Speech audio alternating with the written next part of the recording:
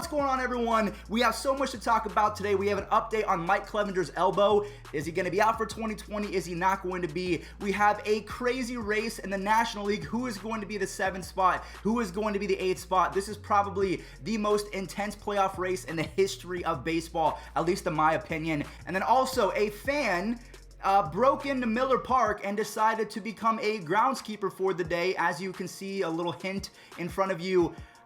Yeah, he just waltzed right in and decided to, pick up a few sunflower seeds from the infield. I don't know.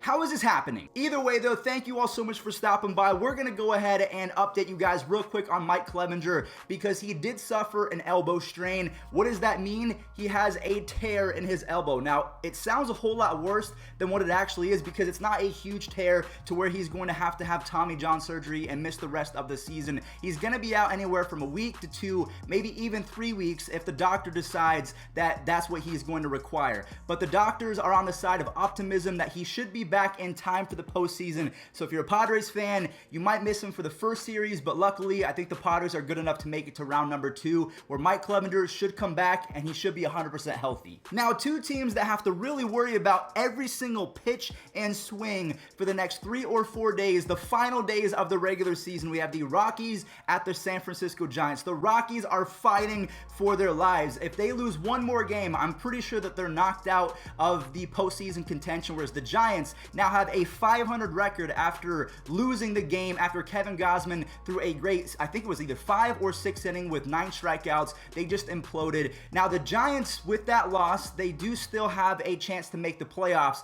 but the Rockies, they stay within 3 games of the wild card. So again, if they lose any of the other games, they are officially eliminated. So I want you all to let me know in the comment section down below. If you had an extra $1,000 just to spend on a random bet, would you take the Rockies to win out, or do you think that the Giants are going to stay afloat and keep the 8th spot? Let me know. So this man legit opens the door of Miller Park. It's not like it was locked and he broke in with brute force. He walks in, he steals a tractor. He's also holding a soccer ball. You can see it kind of towards second base. He's just going ham on the infield and home plate. He doesn't care who is watching because no one's watching. How does this even happen? How does a fan break into Fenway Park and then a fan is able to steal a tractor and then easily walk past the sausage and barbecue stand and exit without any repercussions? What the heck? So as you just saw, the Brewers security guards probably need to get a firm talking to because they literally let a random fan stroll into Miller Park and grab a tractor and kind of he destroyed the infield and the batter's box and everything else. So just a very weird occurrence. You had a fan break into Fenway Park and now Miller. What is happening? I think that we definitely need to tighten it up because who knows what these people can do. I hope that both of them are safe because they both seem a little bit unstable. So I just hope that their health is being put as the #1 priority because legit, it's probably not even their fault. They probably aren't even aware of where they're at the time. But talking about the Brewers and the Cardinals game, Dylan Carlson has been a machine the last few weeks, as well as Kim. They both led the charge yesterday in a huge game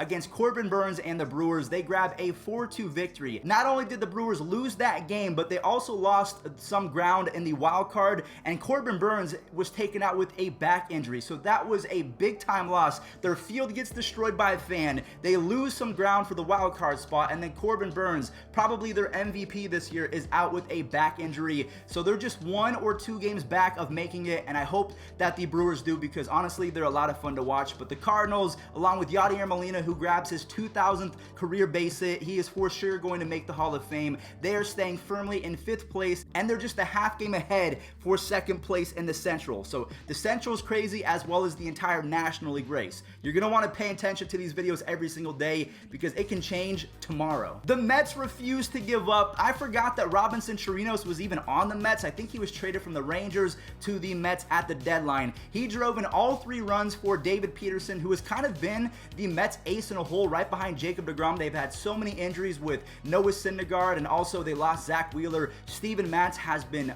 not good this year, and that's putting it lightly. He only gives up 1 earned run in 7 innings. So just like the Rockies, they have to win every single game. Every pitch that they throw, every swing that they make has to be their best yet. because if they don't make it count, they're out. The Marlins all but wrap up a very improbable 2020 season behind yet another quality start from Pablo Lopez. John Birdie drives in a few runs, and then Jesus Aguilar puts the finishing touches on a comeback season. 8 home runs, 33 RBIs, and almost 840 OPS on the season. So the Marlins, with that win, are now 1 game ahead of the Phillies in the East, and they're in 6th place just behind the Cardinals in the National League. So if I was a betting man, I would say the Marlins and the fan base should be able to relax knowing that they could lose a game or two and still be fine. And he does hit a slider down the left field line and into the corner. There's a fly ball to center. Moving over is Hernandez. Gritchy on the way, swing and a miss. He got it. Rafael Dolis finishes it off, and the Blue Jays. You all just saw the Blue Jays clinch a playoff spot, and this is going to be a ton of fun to watch because Hyun-Jin Ryu is a big game pitcher, and what's coming up next? A bunch of big games in the playoffs where it matters most. So both him and Vladimir Guerrero Jr., they showed up yesterday. Vladdy is actually hitting .320 in his last 15 games, and then Ryu, he puts these sprinkles on a terrific 2020 season. He lowers it to a 2.82 ERA, and I want you all to let me know in the comment section down below. Do you think the Blue Jays are a threat, or do you think they're just starting to really lay the groundwork of an upcoming franchise, because they haven't been that great for the last 3 or 4 years? Zach Plesac has his worst start of the season. He gives up 4 earned runs to the Chicago White Sox. It was not looking good, but then this happened. Swung on, line towards second, over the glove of Sanchez into right field, a base hit. That'll score a pair. That is in the air, left center field. It is deep. It is off the wall. Tie game as DeShields scores. Hernandez around third, racing for home. He is saved. The comeback kids do it again. I cannot believe that Cesar Hernandez and J-Ram were able to complete yet another comeback. This is 3 in a row. Now, it wasn't a walk-off, but still. The White Sox, realistically, were only a few swings away from not being swept, and this really goes back to 2005 when the White Sox were terrible to end the season, but then they came back and won the World Series. So they're kind of known for this. So if you're a White Sox fan, I would say don't worry. There was a lot of heated fans yesterday on Twitter that Rick Renteria, he should be fired, and that the general management is awful. The White Sox are going to be fine. They've done this before. Chill. Now, apparently, the Astros did not like my proposition that if the Dodgers tanked and the Angels won a few more games, that they would be knocked out the playoffs.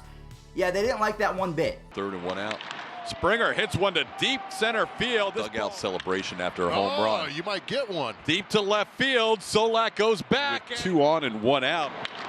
Altuve hits a fly ball in the left field. That'll send Solak back. He's still back. He's at the track. He leaps up. Gone! Jose Altuve. The top 3 players in fantasy baseball yesterday were all members of the Houston Astros. Alex Bregman, George Springer, and Jose Altuve all hit a home run and drove in 3 RBIs apiece yesterday. Oh no.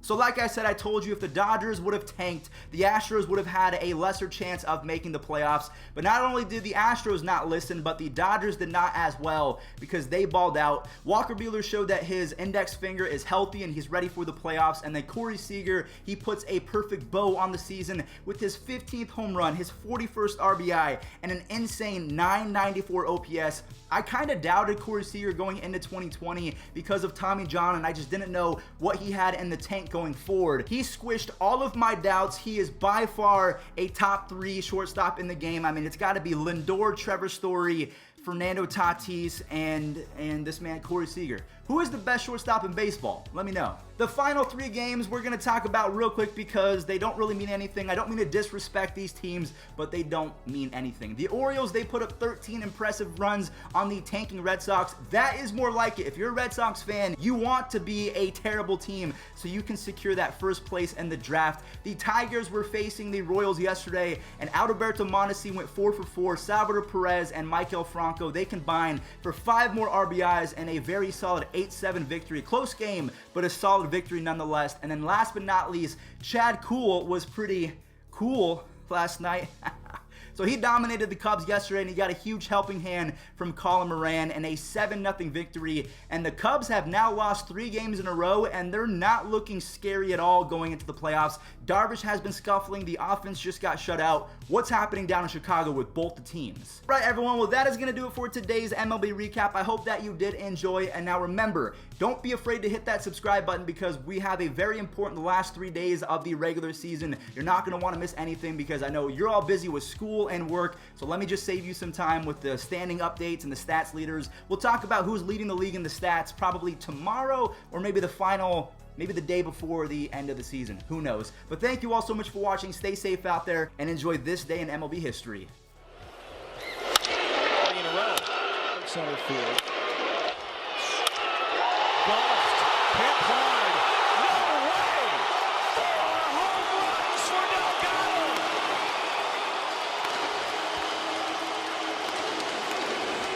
A 4 home. Meek deals. Base hit to right field. Here comes Richardson. Here's the throw from Markakis. Richardson is safe. Derek Jeter ends his final game with a walk-off single. Derek Jeter, where fantasy becomes real.